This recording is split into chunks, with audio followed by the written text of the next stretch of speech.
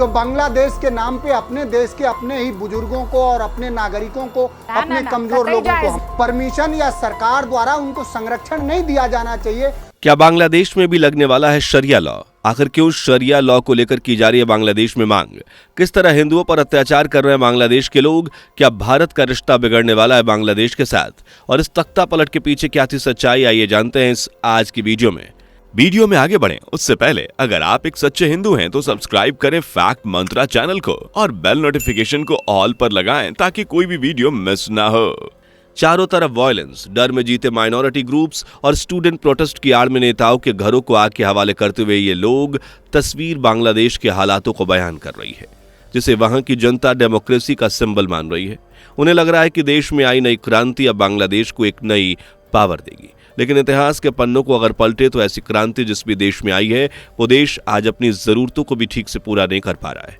बांग्लादेश के सामने आई ये तस्वीर, कहानियां पूरी दुनिया को यह सोचने पर मजबूर कर रही है कि कहीं ये तालिबान 2.0 तो नहीं, कहीं यहाँ शरिया कानून को तो लागू नहीं कर दिया जाएगा। दोस्तों, अगर देखा जाए तो ऐसा हुआ तो पूरी दुनिया के साथ साथ भारत को आतंकवाद का एक नया गढ़ मिलने वाला है, क्योंकि अभी के लिए तो डॉक्टर मोहम्मद यूनुस को इंटरिम गवर्नमेंट का मुखिया बना दिया गया है, लेकिन अगर इससे चुनाव आगे होते हैं और उसमें अगर खालिद जिया की सरकार जीत जाती है तो जाहिर सी बात है कि देश में जमाते इस्लामी की कट्टरधारी विचारधारा और ज़्यादा मजबूत हो जाएगी और फिर यहाँ शरिया कानून को लागू करना और भी आसान हो जाएगा।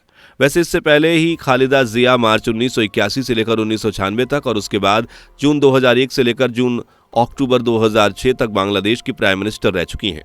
और बता दें कि इनकी पावर में देश में विकास को कम और कट्टर विचारधारा को ज्यादा बढ़ावा मिला था।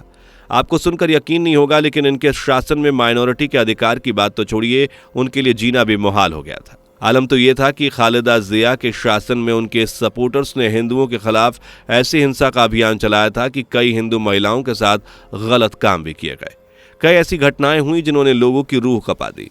लगभग 5 लाख हिंदुओं को अपना देश छोड़कर भारत में पनाह लेनी पड़ी थी। वहीं अगर खालिदा जिया की जगह सत्ता मिलिट्री रूल या जमात इस्लामी के हाथों में आती है तो इस बात की पूरी गारंटी है कि बांग्लादेश में शरिया कानून को लागू कर दिया जाएगा।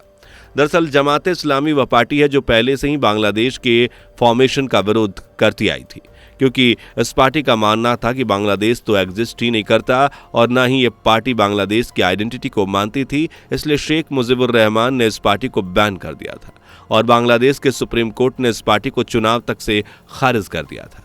लेकिन फिर भी धीरे धीरे इस पार्टी ने बांग्लादेश में अपनी जगह बनाना शुरू कर दी और जगह बनाते ही इस भारी संख्या में स्टूडेंट का ब्रेन वॉश करना शुरू किया और आखिरकार इस पार्टी ने सरकार को उखाड़ फेंका, जिसका प्लान इन लोगों ने साल 2018 में ही बना लिया था। और इस पार्टी को जिसने सबसे ज्यादा बढ़ावा दिया वो था चीन और पाकिस्तान। दरअसल रिपोर्ट्स में बताया गया है कि इस कट्टरपंथी विचारधारा वाली पार्टी को बढ़ावा सबसे पहले पाकिस्तान ने ही दिया था। यहाँ तक कि पाकिस्तान ने ज्यादा मात्रा में लोगों का ब्रेन वॉश करने के लिए कई स्टूडेंट को जमात इस्लामी के अंडर में बनी यूनिवर्सिटी में पहले ही एडमिशन भी दिला दिया था, जिसके बाद इन लोगों ने स्टूडेंट का ब्रेन वॉश कर उन्हें सरकार के खिलाफ खड़ा किया। हालांकि इसके लिए उन्होंने कोटा सिस्टम का सहारा लिया, लेकिन असल में ये लड़ाई रिजर्वेशन की नहीं बल्कि तख्ता पलट की थी। रिपोर्ट्स में बताया गया कि बांग्लादेश की स्थिति ऐसी हो चुकी है कि इस्लामी स्टूडेंट्स के कैंप ICS का कनेक्शन सीधे पाकिस्तान की इंटेलिजेंस एजेंसी ISI से जुड़ गया है। अब ऐसे में अगर सत्ता जमात इस्लामी के हाथों में आई तो माइनॉरिटीज के लिए कोई भी जगह नहीं होगी। आंकड़े बताते हैं कि बांग्लादेश की 17 करोड़ आबादी में माइनॉरिटीज 1 करोड़ हैं और जब से इस देश की सरकार गिरी है तब से निशाना सिर्फ हिंदू ही बन रहे हैं। वहीं वेस्ट बंगाल में कई लीडर तो यहाँ तक कह चुके हैं कि अब बांग्लादेश में 1 करोड़ जो हिंदू बचे हैं वो भी भारत में ही पनाह ले जाएंगे और कई हिंदू तो भारत आ भी चुके हैं। आज हालात ऐसे हैं कि कई हिंदू मंदिर तोड़ दिए गए हैं, उनके साथ अत्याचार किया जा रहा है और यह हिंसा अब रुकने वाली नहीं है। अब आप चाहे सोच रहे हो कि क्यों, तो ज़रा आप बांग्लादेश के हालातों पर गौर कीजिए और सोचिए कि जब आज इस देश के हालात ऐसे हैं तो क्या एक लंबे वक्त तक माइनॉरिटी बांग्लादेश में रह पाएंगी?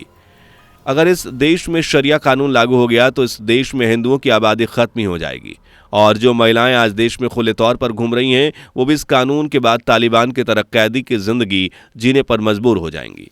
हालांकि जब शेख हसीना की सरकार बांग्लादेश में आई थी तो उनकी सरकार में माइनॉरिटीज के खिलाफ की हिंसा बंद हो गई। इसी के साथ उन्हें एक ऐसे देश की जिम्मेदारी भी सौंपी गई जिससे सबका यकीन उठ गया और इसे एक फेल्ड नेशन करार दे दिया गया। लेकिन बांग्लादेश को एक विकसित खुशहाल देश बनाने का काम शेख हसीना ने अपने कंधों पर लिया और अपने कार्यकाल में न उन्होंने केवल भारत के साथ अच्छे रिश्ते बनाए बल्कि अपने देश की इकोनॉमी को भी खूब मजबूत किया। लेकिन अब शेख हसीना जा चुकी हैं और उनके जाने से बांग्लादेश की इकोनॉमी को झटका लगेगा ही साथ भारत के साथ भी इसके रिश्ते बिगड़ सकते हैं। लेकिन इन सब जिन तीन देशों का फायदा इन सब से हुआ है वो चीन, पाकिस्तान और अमेरिका है, क्योंकि ये तीनों बांग्लादेश के जरिए भारत में टेररिज्म को बढ़ावा दे पाएंगे। वहीं दूसरी तरफ यहाँ के पोर्ट्स और नेचुरल रिसोर्सेज को एक्सप्लोइट करने की पूरी छूट चीन और पाकिस्तान को मिल जाएगी। वहीं रिजर्व का जो डैम प्रोजेक्ट चीन के हाथों से निकल गया था अब वो चीन के पास आ जाएगा। वहीं इस तख्ता पलट के पीछे पाकिस्तान का मकसद भी यही था कि वो देश में शरिया कानून लगाकर एक और तालिबान भारत के बराबर खड़ा कर दे, और देखा जाए तो कहीं ना कहीं वो ये करने में सफल भी हो गया।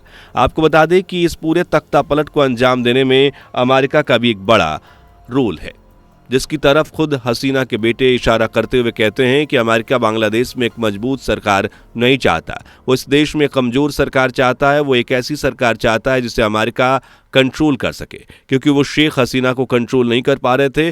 खुद एक इंटरव्यू में शेख हसीना ने भी ये कबूल किया कि उन्हें एक फॉरेन कंट्री से ये ऑफर मिला था कि अगर वो बांग्लादेश में उसे एक एयर बेस बनाने देती हैं तो पॉलिटिक्स में उन्हें जीतने में मदद की जाएगी। हालांकि उन्होंने किसी देश का नाम नहीं लिया, पर उन्होंने अपने इंटरव्यू में ये ज़रूर कहा कि उन्हें यह ऑफर वाइट मैन से आया था। ऐसे में सबके जहन में सिर्फ और सिर्फ अमेरिका का नाम ही सामने आ रहा था।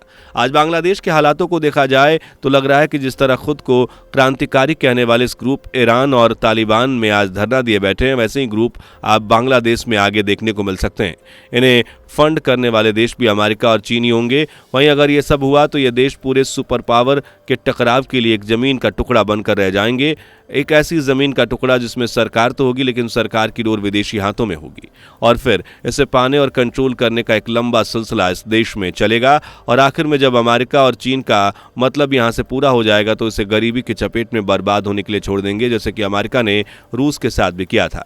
जाहिर सी बात है कि इन सब की चपेट में अब भारत भी आएगा, क्योंकि लंबे समय तक वो भी इस सिचुएशन को कंट्रोल नहीं कर पाएगा। इसलिए भारत को रूस और इजराइल के साथ मिलकर अपने देश को बचाने का कोई तरीका जरूर सोचना पड़ेगा, वरना बांग्लादेश पूरी दुनिया के साथ साथ भारत के लिए भी एक बड़ा सरदर्द बन सकता है। साथ ही इस तरह के हालात ये भी बताते हैं कि पाकिस्तान, चीन और अमेरिका ने 1971 में जो नहीं किया वो इस बार वो करके दिखा सकते हैं, और जनता ने भी उसका इस बार साथ दिया। वहीं आज भारत के लिए परेशानी तो यह है कि 1971 में तो उसने इस मामले को संभाल लिया था, लेकिन आगे कैसे संभाल पाएगा, क्योंकि भारत ने शेख हसीना को पनाह दे दी जबकि सभी देशों ने शेख हसीना को अपने आप पनाह देने से मना कर दिया। वहीं बांग्लादेश की मिलिट्री भी ये गुजारिश कर रही है कि शेख हसीना को वापस बांग्लादेश भेज दिया जाए, क्योंकि वो भागी हुई एक तानाशाह हैं और उनके सर पर कई मासूमों के कत्ल का इल्ज़ाम है। ऐसे में शेख हसीना ज़्यादा टाइम तक भारत में रहती है तो बांग्लादेश की जनता पूरी तरह से भड़क जाएगी, और इस तरह हमारा देश अपने बचा कुचा रिश्ता भी बांग्लादेश के साथ खो देगा। तो दोस्तों, आपको क्या लगता है, क्या बांग्लादेश में शरिया कानून लागू होगा या नहीं? क्या शेख हसीना को भारत में पनाह देना भारत का सही फैसला था या नहीं? कमेंट बॉक्स में जरूर बताएं। वीडियो पसंद आई हो तो वीडियो को लाइक शेयर करके चैनल को सब्सक्राइब कर लें। दोस्तों, आपको स्क्रीन पर 2 और वीडियोस दिखाई दे रही हैं, जिसे देखने के लिए स्क्रीन पर क्लिक करें।